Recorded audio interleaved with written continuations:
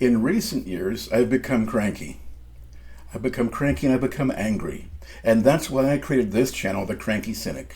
I'm angry because I keep seeing the war of currents with glossy pictures of Tesla and Edison. But the man who was the real father of the war of currents, the man who brought alternating current to our homes, George Westinghouse, gets pushed off into the margins.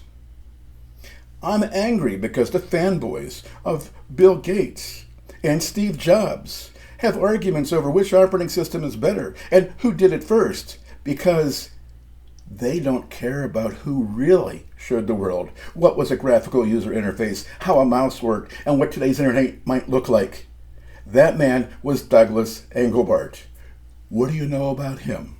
Have you ever heard of his name before? And yes, I drive a Ford. And I'm happy that Henry Ford made the Ford affordable so the American person, the average American, could afford an automobile. He drove costs down with his efficiency. But Henry Ford didn't invent the automobile. He didn't even invent the assembly line. The man who invented the American assembly line for automobiles, that would be Ransom Eli Olds. Did you know that? These are just a few examples of the great geeks that get pushed into the margins while the everyday names get pushed to the top.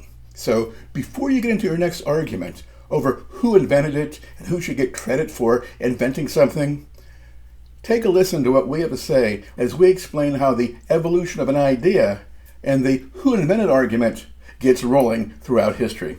Stay tuned. Come on in. Join us.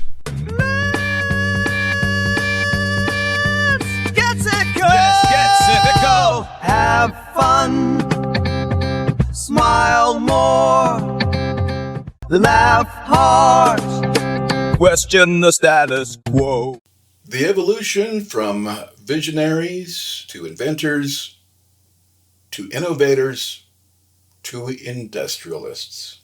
And pondering the question, who really invented it? A famous phrase by Mark Twain that I use often in the argument over who invented it is, it takes 1,000 men to invent a telegraph, or a steam engine, or a phonograph, or a photograph, or a telephone, or any other important thing. And the last man gets the credit, and we forget the others. Interesting quote by Mark Twain, who lived during the industrial age where many of these inventions were coming to the forefront. He understood the evolution of ideas. And if you ever wandered into an argument about who really invented the telephone, the radio, the internet, you see that people have a hunger for a single, simple answer. But let me tell you right now, there never is one. It's never that simple. It's always a race. So let's talk about these four phases of creation. In a future chapter, we're going to talk about the visionaries who imagine what could be done before the technology exists. But for today, let's get into the inventors. These are the people who wrestle with prototypes, work on lab benches, and basically proof of concept, proving the idea can work. But then there are the innovators, who take those rough ideas and make them into something practical, something that can be used, something that can be manufactured. And then there are the industrialists, who scale it all up and bring it to market and create a product that we can't imagine life without it. So let's start with a good example of how this evolution of who invented it and how this all comes into place with Henry Ford. What did Henry Ford invent? Well, Henry Ford didn't invent the automobile. Carl Benz patented the first car in 1886, and that was powered by an internal combustion engine designed by Nicholas Otto, spelled O-T-T-O, by the way. Henry Ford didn't invent the assembly line. Ransom Eli Olds pioneered the automotive assembly line before Henry Ford did. So he was actually the first automaker to show us what can be done on the assembly line. So what did Henry Ford do? Henry Ford perfected the moving assembly line. He perfected it to turn a Model T Ford from raw parts into a finished car in 93 minutes. He drove the price of an automobile down from $850 to $350, making it affordable so the average American could buy it. He created an industry. He didn't invent the automobile. He invented an industry that made cars a part of everyday life. Another person who I'll talk a lot about in future episodes is Thomas Edison.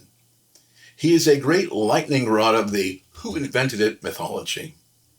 Some people scream that Edison's a thief. He's a businessman who slapped his name on everybody else's work.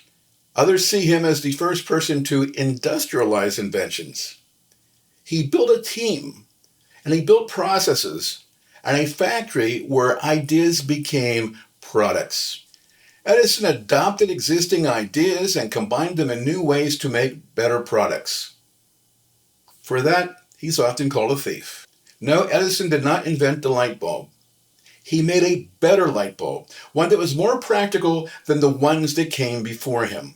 And because he invented the light bulb, he started the revolution of ideas that brought electricity to our homes. We'll talk about in future episodes that Edison lost a, quote, war of currents, but it was Edison who drove the innovators to bring electricity to our homes.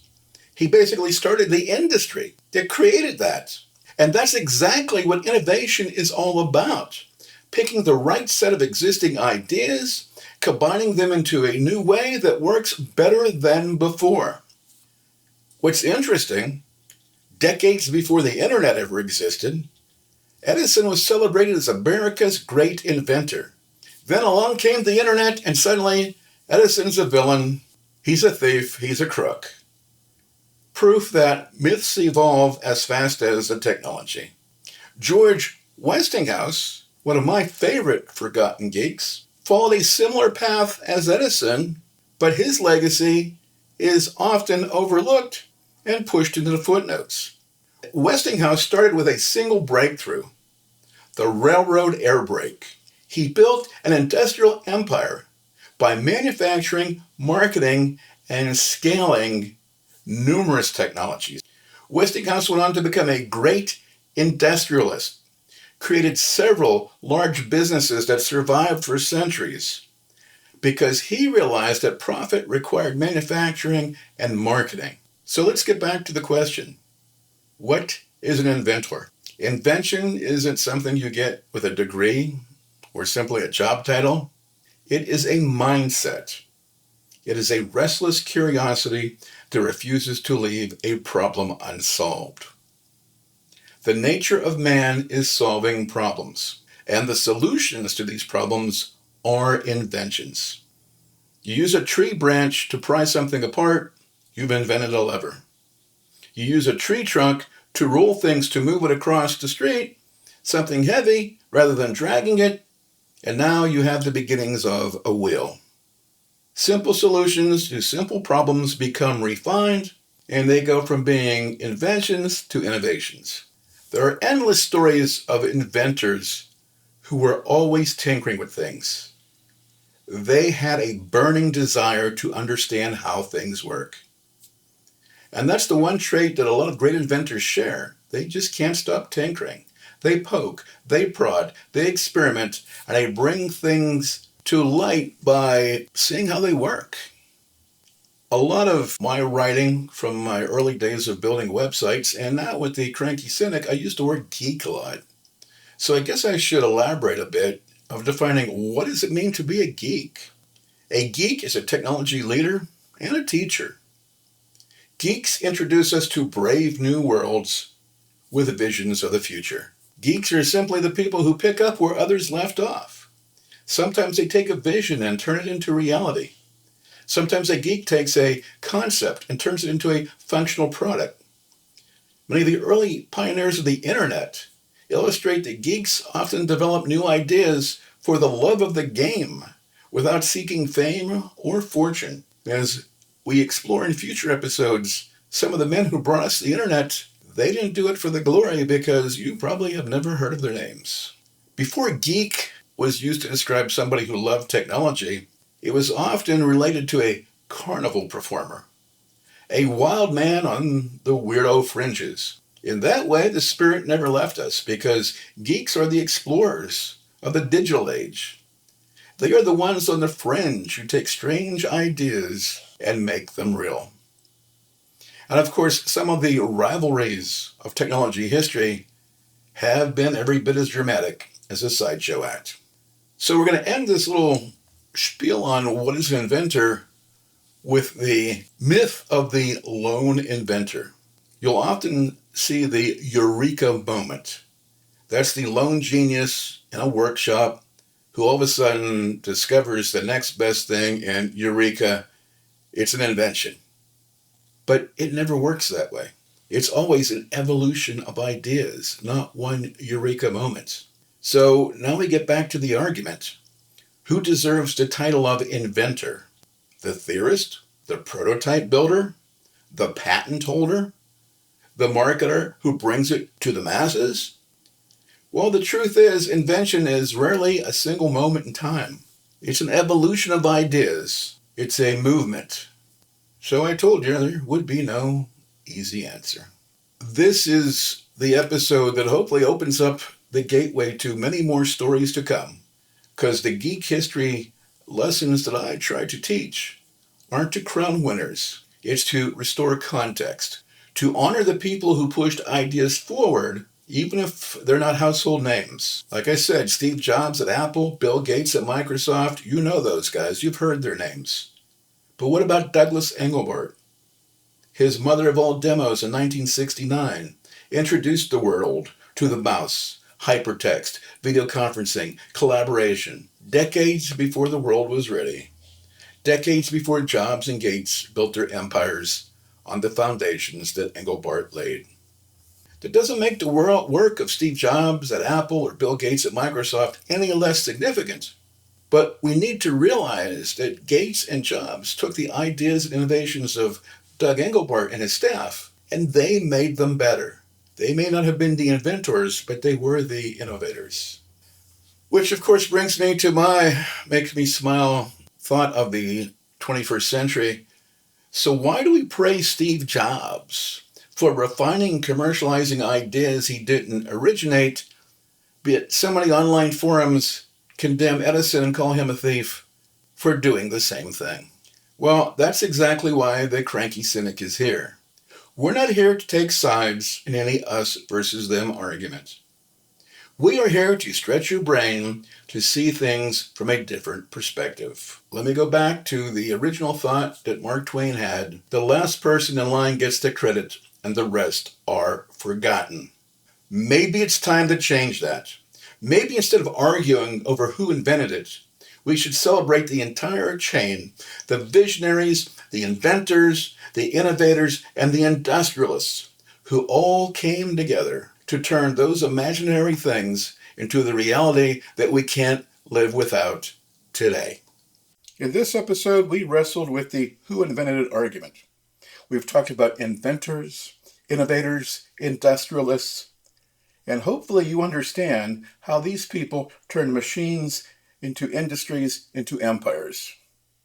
As you subscribe to this channel, we'll talk more about some of these people individually in great detail, talking about their stories and their struggles to bring their products to market.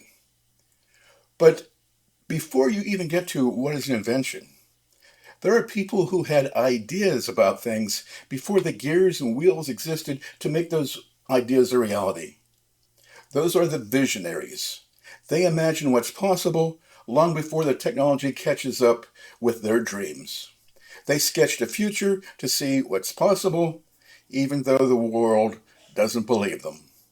So that's where our next episode takes us. We're going to talk a little bit about the visionaries who saw the future. Stay tuned, subscribe, and stay with us as the journey goes to the visionaries who saw the future.